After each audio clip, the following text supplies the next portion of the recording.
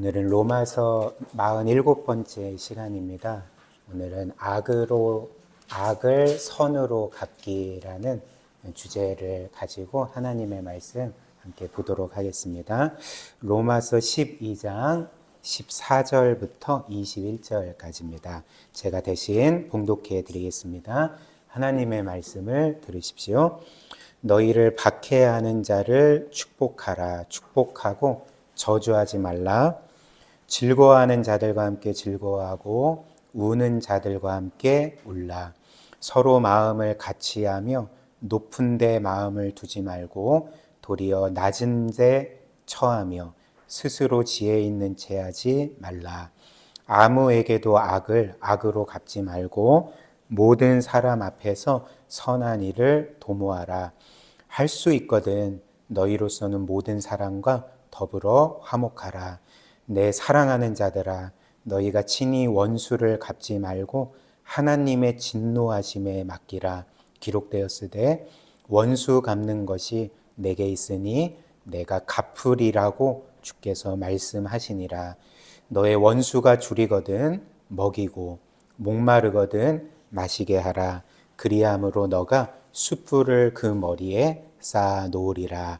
악에게 지지 말고 선으로 악을 이기라. 아멘. 우리는 지난 2주 동안 그리스도인의 교회 생활에 대해서 함께 살펴보았죠. 이 교회 안에서 우리가 서로를 어떻게 대해야 되고 그리스도께서 우리에게 베푸신 사랑으로 서로를 사랑하고 선대해야 됨을 함께 살펴보았습니다. 오늘과 또 다음 주는 그리스도인의 교회 밖 생활이라는 주제를 가지고 함께 말씀 살펴보겠습니다. 즉 그리스도인이 교회 밖에서 사람들을 어떻게 대하고 어떻게 관계를 맺어야 되는지를 오늘 성경이 우리에게 알려주는 그 가르침을 함께 2주 동안 살펴보겠습니다. 일단 그리스도인은 교회 밖에 있는 사람들을 어떻게 대해야 될까요? 일단 성경은 오늘 우리에게 이렇게 권합니다. 14절 보시면 너희를 박해하는 자를 축복하라. 축복하고 저주하지 말라. 또 17절 아무에게도 악을 악으로 갚지 말고 모든 사람 앞에서 선한 일을 도모하라. 이렇게 말씀합니다. 일단 이 말씀에는 배경이 있습니다. 당시 배경이 있는데 당시 초대교회 성도들은 로마 제국 하에서 핍박을 받았죠. 즉 그들을 박해하는 자들이 있었고요. 그들을 저주하는 자들이 있었습니다. 그리고 사실 초대교회 성도들이 받은 이 박해는 매우 부당한 것이었습니다. 왜냐하면 그들이 받은 박해는 그들이 뭔가 잘못을 했기 때문에 받은 박해가 아니라 사실 그들은 로마 제국 안에서 그 어떤 민족보다도 어떤 종교를 가진 그런 집단보다도 너무나도 거룩했고 선한 삶을 살았고 늘 사람들을 선대했습니다. 심지어 그들은 그들에게 잘해주는 사람뿐만 아니라 그들을 거부하고 핍박하는 사람들에게도 늘 선을 베풀기를 힘썼습니다. 그런데도 이제 핍박을 받았던 거죠. 그렇다면 당시 초대교회 성도들은 이 문제에 대해서 어떻게 대처해야 되는가? 이게 이제 이슈가 되지 않겠습니까? 즉 그들은 자신들을 핍박하는 자들을 어떻게 대해야 되는가?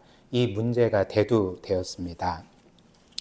이에 대해서 성경은 뭐라고 말합니까? 너희는 너희를 박해하는 자를 오히려 축복하라는 거죠. 저주하지 말고 축복하고 사람들이 너희에게 악을 행할 때 그 악을 악으로 갚지 말고 선으로 갚아야 된다. 성경은 우리에게 이렇게 말을 하고 있는 것입니다. 이 말씀을 듣는 어떤 사람들은 이것이 굉장히 무리한 요구처럼 느껴질 것입니다. 당시 초대교회 성도들 중에서도 분명히 그런 사람들이 있었을 것입니다. 그렇다면 성경은 왜 사람들에게 또 우리에게 이런 무리한 요구를 하는가? 그 이유가 무엇인지 아십니까? 이 말씀을 주신 하나님이신 주님께서 실제로 그렇게 하신 분이시기 때문에 그렇습니다. 주님은 아무런 죄도 없으셨고 또 사람들을 늘 신실하게 사랑하셨고 모든 사람에게 선을 행하셨지만 여러분들이 아시다시피 사람들은 늘 그분을 거부하고 또 핍박하고 저주하고 마지막에는 십자가에 못 박아 버렸습니다. 사람들은 주님께 너무나도 많은 악을 행하셨습니다. 그런데 그 주께서는 그런 사람들을 어떻게 대하셨을까요? 악을 악으로 갚지 않고 가장 큰 선으로 갚으셨던 거죠. 그들을 단 한 번도 저주하신 적이 없고 도리어 그들을 계속적으로 축복하셨습니다. 사랑하는 여러분, 우리도 과거에 주님을 모르던 자들이죠. 주님을 무시하고 거부하고 또 거스르던 삶을 살았던 자들입니다. 이런 이유로 성경은 우리가 과거에 우리의 정체성을 뭐라고 부르는지 아십니까? 로마서 5장에 보면 그런 우리를 하나님과 원수되었던 자들이라고 부릅니다. 우리는 원래 하나님의 원수였습니다. 따라서 만약 우리가 지금 시대가 아니라 당시 1세기에 갈릴리와 유대 지역에 살았던 사람들이라면, 예수님이 생존하셨던 그 시대 그 지역에 살았던 사람들이라면 사실 우리도 다른 사람들과 함께 예수님을 핍박했을 것입니다. 상당한 가능성으로 예수님을 거부하고 핍박했고, 예수님이 빌라도의 법정에서 사형 선고를 받으셨을 때 우리도 그 군중 속에 속해서 예수님을 십자가에 못 박으라고 외쳤을 것입니다. 나는 그렇지 않을 것 같은데요. 그렇게 장담할 수 없습니다. 우리 모두가 본성상 죄인이고 하나님의 원수들입니다.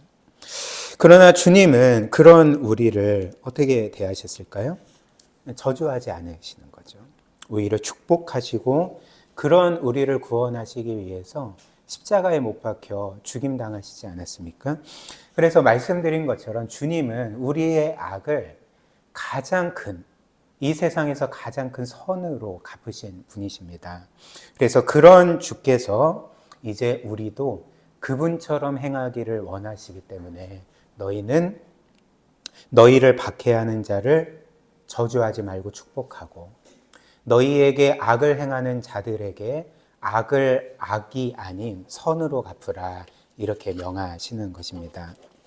사랑하는 여러분, 이 말씀처럼 그리고 성경 전체에서 우리가 확인할 수 있는 것처럼 주님은 사실 그분이 먼저 행하시지 않은 것을 저와 여러분들에게 결코 요구하시지 않습니다. 단 한 번도 그분이 먼저 행하시지 않은 것을 우리에게 요구하시지 않습니다.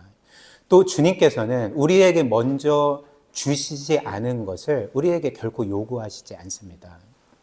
주님께서 우리에게 행하셨기 때문에, 주님께서 우리에게 먼저 주셨기 때문에 그것을 우리에게 요구하시는 거죠. 즉 주님은 내가 너희에게 은혜를 베풀었으니, 내가 너희를 용서해 주었으니 너희도 용서하고 사람들에게 은혜를 베풀라, 이렇게 명하시는 것입니다. 그런데 이에 대해서 또 어떤 사람들은 이렇게 반문할 수도 있을 것입니다. 남이 지금 나에게 계속 악을 행하는데, 너무나도 끔찍한 악을 행하는데 오히려 그를 저주하지 않고 축복하는 것은 그 악을 방치하는 것 아닌가요? 그렇다면 그가 나에게 악을 행하고 나를 저주할 때 그냥 무조건 그를 축복하는 것은 악을 방치하는 것이니까 그것은 나쁜 것 아닌가요? 라고 반문할 수도 있을 것입니다. 그러나 그렇지 않죠. 오늘 주께서 저와 여러분들에게 너희를 박해하는 자를 저주하지 말고 축복하라, 악을 악으로 갚지 말고 선으로 갚으라는 것은 이제 사람들이 저와 여러분들에게 뭔가 악을 행할 때에 그래, 나는 그래도 너를 축복해 라고 하면서 그냥 그 악을 당하고만 있고 그 악을 방치하거나 방관하라는 명령이 아닙니다. 그냥 당하라는 명령이 아니라는 거죠. 사실 만약에 주님의 말씀이 어떤 사람들이 우리에게 악을 행할 때 그것을 그냥 당하기만 하고 뭔가 그냥 바보처럼 나는 너를 축복해 되뇌이면서 그냥 이런 것을 의미한다면 사실 그것은 악을 선으로 갚는 게 아닙니다. 그것은 또 다른 방식으로 악을 악으로 갚는 것입니다. 왜 그런지 아십니까? 왜냐하면 그 사람이 우리에게 악을 행할 때 그 악을 그냥 받기만 하고 그 악을 그냥 방치해 두면 그것으로 인해 물론 우리도 고통을 받지만 그 사람도 자신이 행하는 악으로 인해서 계속 그의 영혼이 파괴되기 때문에 그렇습니다. 그의 삶이 그가 행하는 악으로 계속 파멸되기 때문에 사실 그냥 악을 행할 때 그것을 그냥 받기만 하고 방치하고 방관하는 것은 악을 악으로 갚는 또 다른 방법이라는 거죠. 이해되시나요? 따라서 주께서 말씀하신 것처럼 악을 선으로 갚는다는 것은 그냥 악을 그냥 그러려니 하고 받고 있으라는 방치하라는 의미가 아니라 그 악을 행하는 사람에게 그가 행하는 것이 진짜 악임을 알려주고 또 그가 그 악에서 돌이켜서 선으로 돌아올 수 있도록 그의 영혼을 위해 계속 기도하고 그리고 그가 그 선으로 돌아올 수 있도록 우리가 할 수 있는 모든 도움을 주는 것을 가리켜서 성경은 악을 선으로 갚는 거다 이렇게 말을 하는 것입니다. 또한 우리를 핍박하고 우리에게 악을 행하는 자를 선대하고 특별히 그를 용서하는 것은 그에게 선을 행하는 일일 뿐만 아니라 사실 우리 자신에게도 선을 행하는 일입니다. 한번 생각을 해보십시오. 어떤 사람이 여러분들에게 악을 행하고 있습니다. 그런데 우리가 받은 그리스도의 사랑으로 그를 용서하지 않으면 우리에게 남은 선택지는 뭐가 있겠습니까? 그에 대해서 분노하고 그를 증오하는 것밖에는 없습니다. 그래서 우리가 받은 그 사람이 우리에게 행한 그 악을 이제 계속 생각하게 되겠죠. 그리고 계속 곱씹게 될 것이고 그것을 계속 묵상하게 될 것입니다. 그렇다면 여러분들의 삶은 어떻게 되겠습니까? 우리는 그 사람으로 인해 계속 분노하게 될 거고 증오심으로 불타게 될 거고 그로 인해서 우리의 마음은 계속 고통을 겪게 될 것입니다. 여러분들 한번 생각을 해보십시오. 여러분들에게 악을 행한 사람에게 분노하고 그를 정말 이가 갈리도록 증오하면 여러분들의 마음이 평안하십니까? 기쁨이 차오릅니까? 그러지 않습니다. 여러분들의 마음도 고통스럽습니다. 그리고 이렇게 해서 그 사람에 대한 분노와 증오는 우리의 영혼을 파괴해 갈 것입니다. 그렇다면 퀴즈. 우리가 만약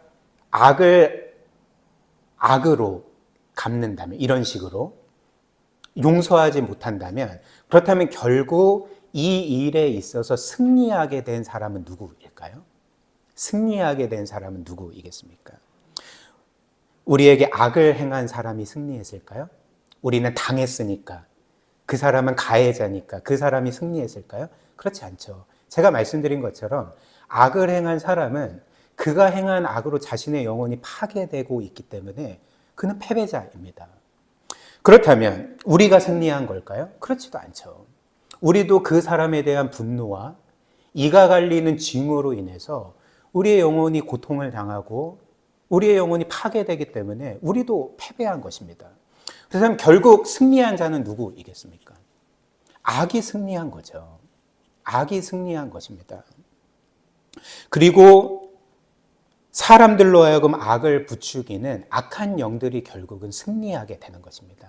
그러니까 선이 악을 이기는 게 아니라 결국에는 악이 선을 이기게 되어 있는 거죠. 그러나 우리가 그리스도께서 우리 자신을 사랑하시고 우리의 정말 셀 수도 없이 많은 죄악들을 용서해 주신 것을 기억한다면 그분의 원수였던 우리를 끝없이 선대해 주신 것을 기억하고 그래서 그 사랑으로 인해서 다른 사람들을 용서해 준다면 그 용서로 인해서 우리는 그 모든 분노와 증오로부터 해방될 수 있고 그리고 그 또한 우리가 베푸는 사랑과 용서로서 그리스도의 사랑으로 나아갈 수 있는 가능성이 생기기 때문에 결국에는 이 경우에는 선이 악을 승리하게 되는 것입니다. 선이 악을 이기게 되는 거죠. 이것이 바로 오늘 말씀이 우리에게 알려주는 악을 선으로 이기는 것입니다. 21절 말씀처럼 악에게 지지 말고 선으로 악을 이기라. 이 말씀의 의미인 것입니다. 물론 또 어떤 사람들은 이 말씀을 들으면서 이렇게 반문할 수도 있을 것입니다. 만약 내가 저 사람을 용서해 주면 저 사람으로 인해서 깨어진 공의는 어떻게 되는 것입니까? 내가 저 사람을 용서해 주는데 저 사람은 지금 자신의 죄를 뉘우치지도 않고 내가 볼 때 개선의 여지도 없는 것 같고, 그런데 내가 그냥 저 사람을 용서해 주면, 그렇다면 그 사람이 범한 악으로 인해 깨어진 공의는 어떻게 되는 것입니까? 그렇다면 이것은 나쁜 일 아닙니까? 이렇게 반문할 수도 있을 것입니다. 물론 얼마든지 그렇게 생각할 수 있습니다. 그러나 성경은 오늘 우리에게 말씀하기를 우리가 우리에게 악을 행한 사람을 그리스도의 사랑으로 용서해 준다고 해도, 그리고 그가 아직도 자신의 죄를 뉘우치지 않는데도 우리가 그를 용서해 줄 때, 그럼에도 불구하고 그 용서로 인해 공의가 깨어지지 않는다고 말을 합니다. 왜 그렇겠습니까? 우리 대신 원수를 갚는 분이 계시기 때문에 그렇죠. 우리 대신 공의를 이루실 분이 계시기 때문에 그렇습니다. 그분이 누굴까요? 하나님이신 거죠. 그래서 성경은 오늘 이렇게 말합니다. 19절 말씀 한번 보십시오. 19절 우리 같이 한번 읽어볼까요? 시작. 내 사랑하는 자들아, 너희가 친히 원수를 갚지 말고 하나님의 진노하심에 맡기라. 기록되었으되 원수 갚는 것이 내게 있으니 내가 갚으리라고 주께서 말씀하시니라. 일단 원수 갚는 것이 우리에게 있지 않고 하나님께 있다는 것은 무슨 의미겠습니까? 그러니까 하나님께서 모든 사람의 궁극적인 심판자가 되신다는 거죠. 그리고 이것은 바꿔 말하면 원수 갚는 것이 우리에게 있지 않고 하나님께 있다는 것은 우리는 결코 사람들의 심판자가 될 수 없음을 의미하는 것입니다. 네, 잠시 잠이 오는 분들이 계시는데 잠을 깨시고, 이 원수 갚는 것이 하나님께만 속했다는 것은 저와 여러분들이 사람들의 궁극적인 심판자가 아니라는 거죠. 그렇다면 성경은 왜 우리가 사람들의 심판자가 될 수 없다고 말을 하겠습니까? 그 이유는 저와 여러분들도 사실 하나님 앞에 똑같은 죄인들이기 때문에 그렇습니다. 한번 생각을 해보십시오. 사람들이 저와 여러분들에게 악을 행할 때 여러분들은 속으로 그들을 향해서 어떻게 말하십니까? 그래, 너가 나에게 악을 행했으니 너는 심판받아 마땅해 라고 보통은 생각을 하시죠. 그렇다면 그렇게 말하는, 너는 심판받아야 돼 라고 말하는 여러분들은 사실 다른 사람들에게 악을 행한 적이 단 한 번도 없으십니까? 단 한 번도 없으십니까? 그렇지 않겠죠. 우리 또한 사람들에게 때로는 말로 상처를 주고 행동으로 상처를 주고, 그리고 고의적으로 그의 명예를 훼손하거나 그를 깎아내리거나 그를 끌어내리거나 그에게 상처를 주려고 했던 적이 있지 않습니까?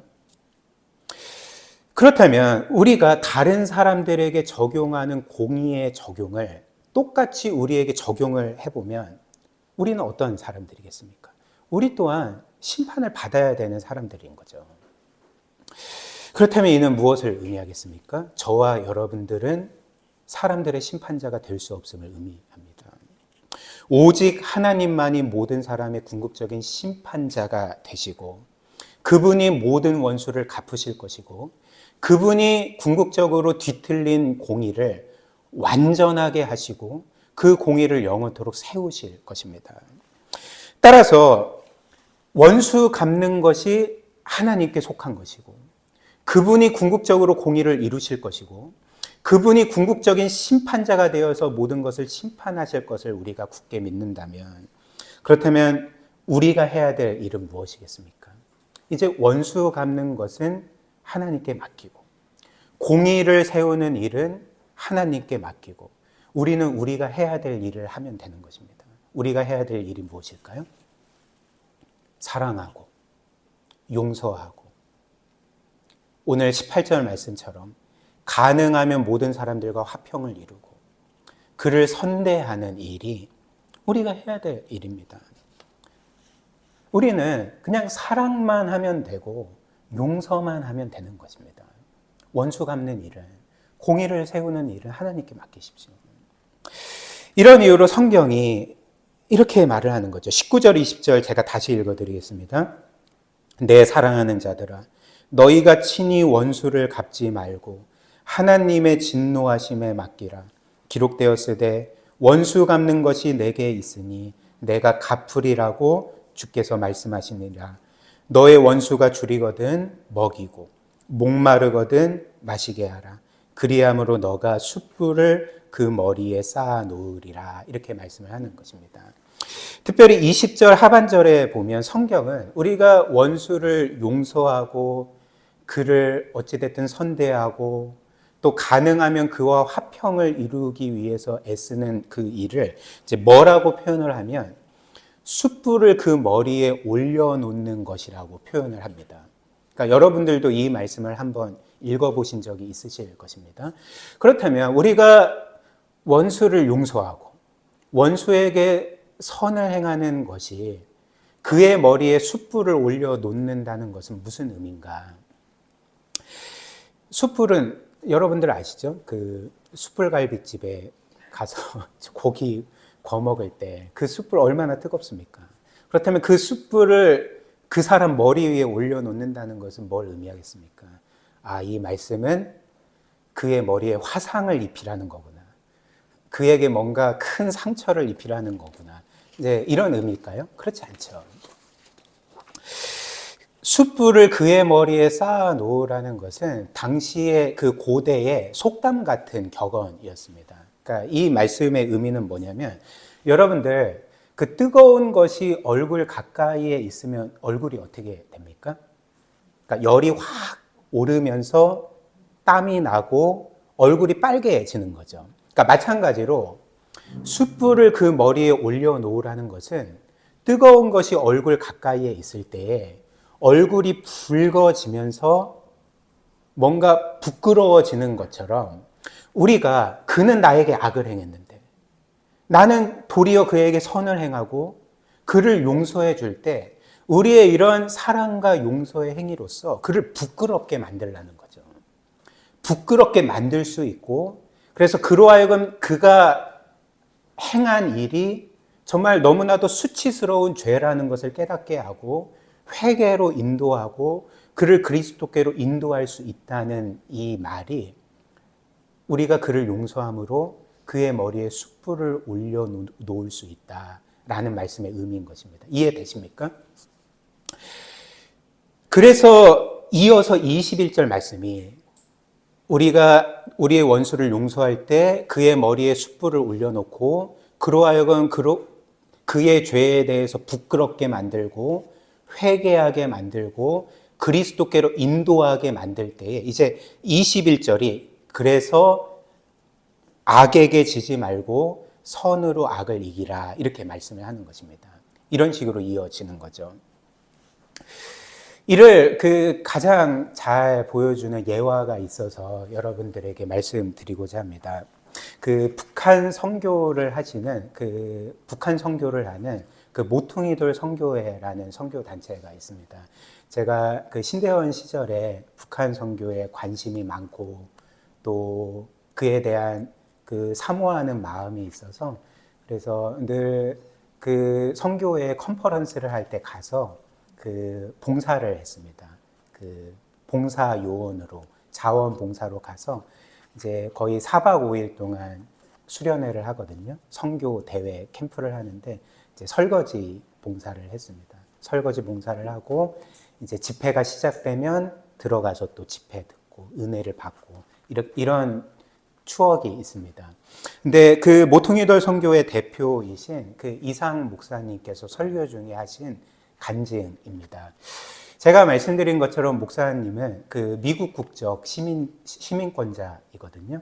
그래서 어떤 면에서는 이제 북한을 왕래할 수 있는 그런 분이셨습니다. 그래서 목사님은 평생 중국과 북한 접경에서 이제 북한 사역을 했는데 특별히 이제 아주 작은 성경들을 몰래 북한으로 들여보내고 또 탈북한 분들이 있지 않겠습니까? 이제 그분들을 접촉해서 그들에게 그리스도를 전하고 구원받게 하고 양육하게 해서 또 다른 북한 선교자로 세우시는 그런 사역들을 주로 했습니다.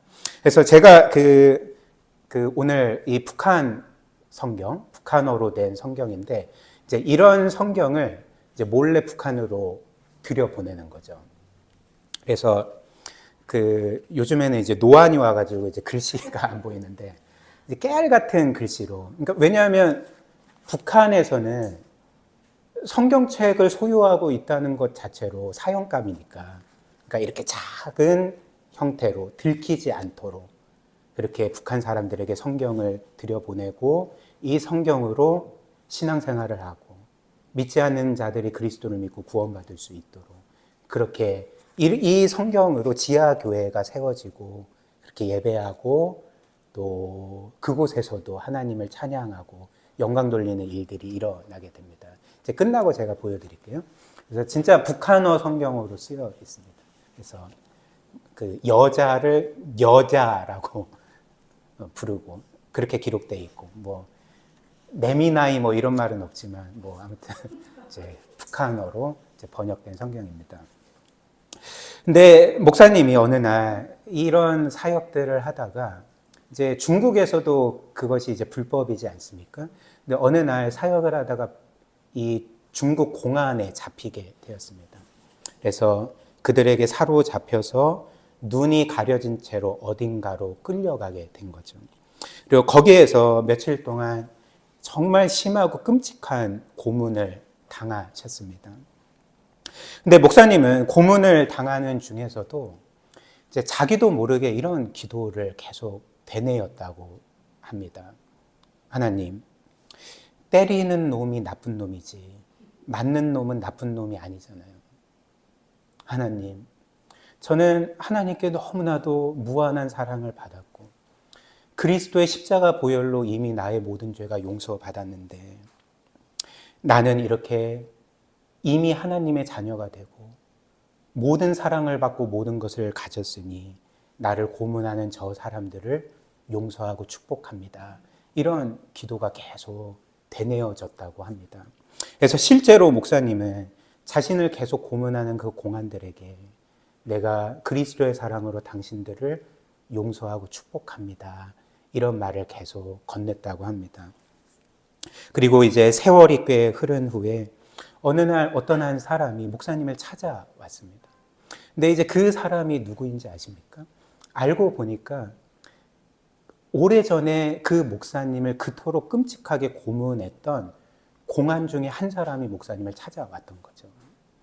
그런데 그 공안이 이제는 공안이 아니라 목사가 되어서 그 이상 목사님을 찾아왔던 것입니다. 그리고 그 사람이 그때 이상 목사님께 이렇게 말했다고 합니다.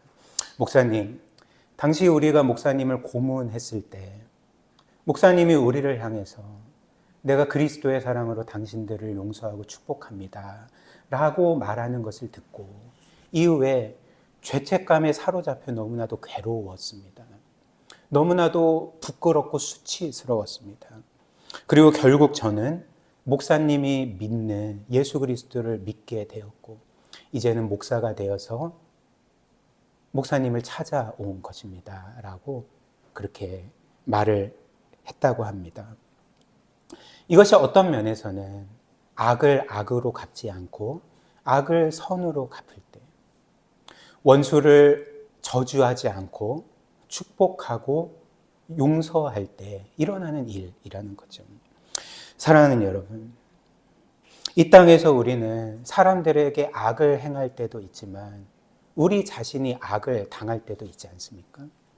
여러분들도 마찬가지고 저도 마찬가지입니다. 그리고 우리가 어떤 사람들이 우리에게 매우 악하고 부당한 일을 행할 때 사실 우리는 당연히 화가 나고 울분이 치솟고 너무나도 억울합니다. 그리고 이런 감정들은 사실 우리가 인간이기 때문에 당연히 느끼는 감정입니다. 이것은 이상한 게 아닙니다. 그러나 사람들이 이런 우리의 분노와 억울함을 몰라준다고 해도 하나님은 다 아십니다. 하나님은 다 아십니다. 하나님은 모든 것을 아시고 저와 여러분들의 억울함을 아십니다. 그리고 무엇보다도 오늘 하나님이 뭐라고 말씀하셨습니까? 원수 갚는 것이 너희에게 있는 게 아니라 나에게 있다. 내가 원수를 갚을 거고 내가 공의를 이룰 거고 그렇기 때문에 너는 내가 너에게 베푼 사랑과 용서를 실천하기만 하면 된다라고 말씀을 하십니다. 따라서 우리는 이 사실을 굳게 믿고 원수 갚는 일은 하나님께 맡기십시오. 공의를 이루는 일은 하나님께 맡기십시오.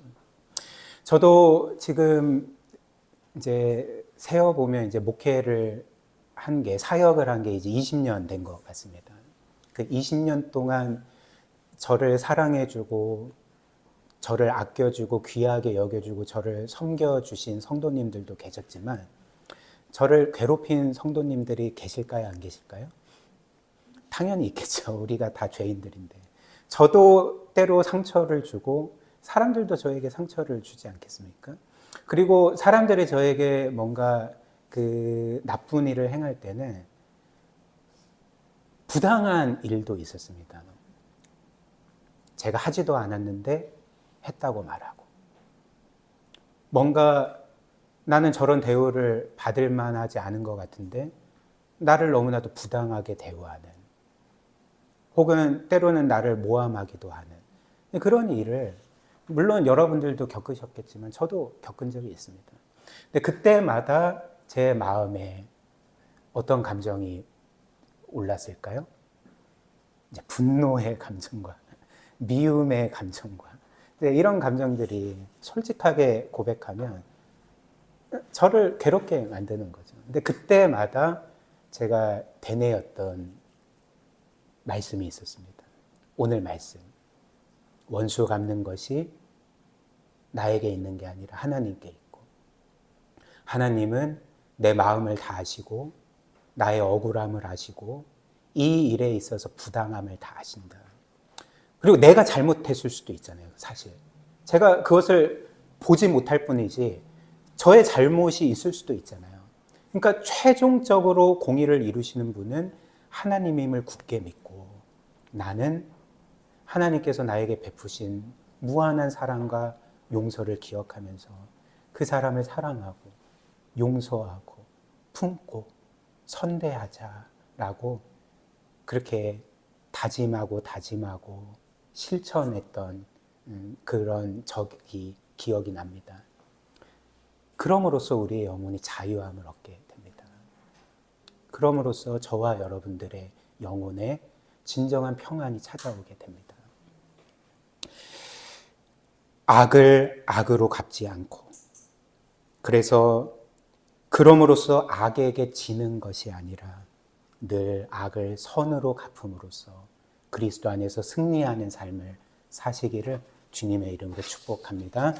우리 함께 오늘 말씀 기억하며 기도하도록 하겠습니다.